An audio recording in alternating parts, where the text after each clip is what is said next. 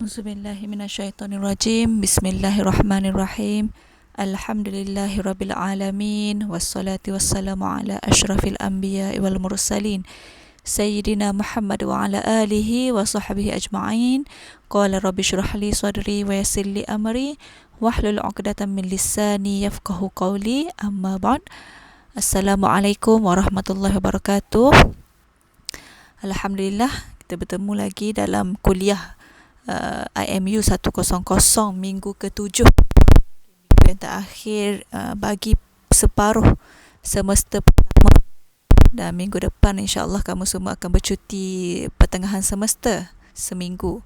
Jadi untuk minggu ini kita akan sambung kuliah tajuk ke-6 berkaitan dengan the formation of contract, iaitu takwinul al-aqd. Okey. Takwinul aqd saya bahagikan kepada 3 bahagian. Yang pertama, kita bincangkan tentang definisi. Apa itu definisi? Apa itu asirah? Kemudian apa conditions bagi asirah? Dan yang ketiga adalah modes of asirah ataupun types ataupun jenis macam bentuk sirah ini. Modes of al-sirah kita akan bincang dalam kuliah S2 nanti. Untuk rakaman kita tengok definition dan conditions. Okay. As introduction, saya ulang baliklah macam mana wujudnya asirah ni. Okay. The formation of a contract or akad does not require any formality but mutual consent by both parties. Okay. Sebenarnya nak buat sesuatu kontrak ini tidaklah semestinya ada formation, tidaklah semestinya ada formality. Selagi mana wujudnya mutual consent by both parties, then it is sufficient to form a valid contract lah. Okay. Materializing the mutual consent ini adalah needs the persons who express it, meaning that the expression and subject in which they want to do. Maksudnya bila kita sebut adanya mutual consent by both parties, maknanya benda tu kena materializekan. Okay. Expression tu maknanya kena tunjuklah penerimaan, tawaran dan penerimaan secara dua belah pihak. Okay, pihak yang menawarkan dengan pihak yang menerima, the person who express it and that expression and subject in which they want to do, maknanya benda tu kena materialize, kena wujud, kena ada kata. Okay, maknanya bukannya benda yang dianggap saja, main anggapan semata-mata, tidak. Benda tu memang betul-betul berlakulah adanya the persons who express it, maknanya yang menawarkan, macam mana bentuk expression tersebut dan apa dia subjek yang terlibat dalam sesuatu yang dipersetujui itu. Okay. Jadi kembali semula kepada pillars of akad lah sebenarnya. These elements considered as essential parts, essential ataupun pillars of the akad. Okay, yang mana yang kita bincangkan dalam kuliah yang sebelum ini, akad ni kita ada sirah. Akad ni ada akidan yang kita dah bincang sebelum ni, ada the contracting parties. Kemudian minggu yang lalu kita dah bincang tentang subject matter and consideration, iaitu ma'qud alaih, istilah dia. Dan minggu ini adalah berkaitan dengan sirah, iaitu ijab and qabul, offer and acceptance. Okay. Maknanya dalam sesuatu akad, dalam sesuatu kontrak, ada 3 perkara ni. Ada akidan, ada contracting parties A and B. Kemudian ada ma'qud alaih, iaitu benda yang diakadkan, iaitu ada subject matter dan adanya timbal balik consideration. Dan macam mana akad itu berlaku ialah dengan cara sirah, iaitu adanya penawaran, offer, ijab, dan adanya penerimaan, acceptance ataupun qabul. Okay. So, apa sebenarnya as-sirah? Tadi dah cerita secara sepintas lalu. Sirah itu adalah offer and acceptance, ijab and qabul. Okay, sirah is an expression which exposes the willingness or agreements of two parties to a contract. Sirah ni adalah satu bentuk ekspresi, satu bentuk kenyataan yang expose the willingness, yang mendedahkan kemahuan ataupun keinginan ataupun persetujuan dua orang ataupun dua pihak kepada sesuatu kontrak. Okay. These expressions are termed as ijab, iaitu offer, and qabul, acceptance.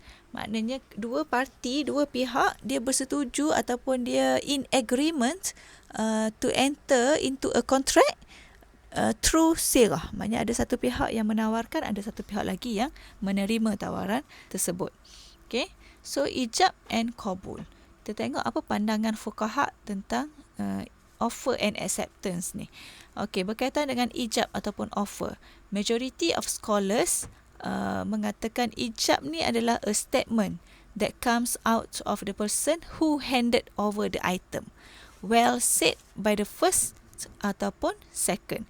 Kiralah maknanya ijab ni adalah satu kenyataan yang keluar daripada individu yang nak menyerahkan barang, item. Okey. Manakala qabul adalah a statement of the person who receives that item tadi. Okey. Maksudnya satu pihak, kita namakan dia sebagai A, mengeluarkan kenyataan untuk menyerahkan sesuatu barang kepada si B. Maka si B ini adalah akan mengeluarkan qabul, iaitu a statement of the person who receives that item offered tadi. Okay. Itu menurut majority of scholars. Okay. Tapi menurut Hanafi, ijab is the determination of certain acts that show the contentment that is spoken by the first person, whether submitting or receiving. Ini menurut Hanafi. Maknanya Hanafi kata tidak semestinya dia hanya submit, dia mungkin juga boleh jadi receive. Tetapi ianya merujuk kepada determination of certain acts that show the contentment that is spoken by the first person. Okay? Maknanya ia ni sebagai orang yang pertama yang mengucapkan sesuatu lah. Okay? Tak kira mengucapkan determination of certain act, nak buat apa-apalah, tak semestinya hand over the item, boleh jadi nak beri khidmat ataupun servis dan sebagainya lah. Okay? Tapi ianya diucapkan oleh first person. Manakala acceptance ni adalah saying after the person who uttered hijab tadi, which indicates agreement to the first greeting. Maknanya menurut Hanafi, qabul ni adalah bila yang pertama tadi, the first person tadi menawarkan sesuatu, maka ianya disambut oleh person yang kedua, orang yang kedua. Maknanya orang tu menyambut ucapan yang diucapkan oleh yang pertama tadi, iaitu offer tadi. Jadi qabul ni adalah ucapan yang kedua yang menyambut ucapan yang pertama tadi, which indicates agreement to the first greeting, yang menunjukkan bahawa ianya bersetuju kepada ucapan yang pertama tadi. Okey, itu maksud Hanafi yang disediakan oleh Hanafi. Manakala menurut majalah Al-Ahkam Al-Adliyah, ijab is the word first spoken. Okay, ijab ni adalah offer ni adalah kata-kata yang diucapkan terlebih dahulu. Yang pertama, for the making a disposition of property and the disposition approved by it. Okay, ucapan ataupun kata-kata yang pertama diucapkan untuk dispose property, untuk bukan menghilangkan, untuk menghapuskan inverted comma lah, maknanya untuk menjual, memberi dan sebagainya lah property. Okay, manakala qabul ni adalah spoken words juga, tapi by the second party when forming the disposition of property, and with it the agreement becomes complete. Maknanya qabul ni, acceptance ni merujuk kepada kata-kata juga, tapi by second party yang menyahut kata-kata by the first spoken tadi, yang make a disposition of property tadi. Maknanya qabul ni ataupun acceptance ni, bila dia sambut apa yang ditawarkan, disposition of property by the first spoken tadi, maka the agreement becomes complete. Selesailah, complete lah. Okay, maknanya seorang offer, seorang terima. Okay, tengok petak yang ke atas tu. Do you know offer can always be withdrawn before it has been accepted. Okay, katakan si A ni dah buat penawaran nak jual handphone dia, iPhone dia, tapi belum sempat si B ni menyatakan persetujuan untuk membeli. He can anytime, iaitu A ni can anytime withdraw that offer. Tapi kalaulah si B dah accept that offer, so dah form a valid contract, so the contract is final and enforceable lah. Tak boleh nak tarik balik lah kontrak yang telah berlaku. Okay.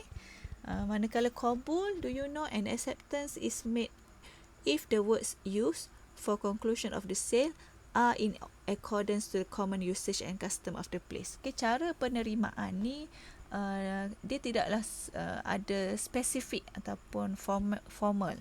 Yang formal, dia mengikut common usage, mengikut adat dan situasi setempat lah.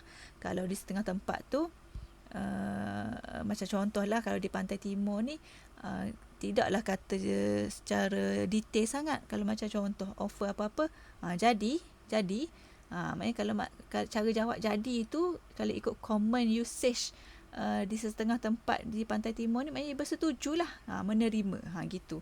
Maknanya tidak ada format tertentu bagi acceptance. It is based according to the common usage and custom of the place. Okay, so harap jelas berkaitan dengan definition of ijab and qabul.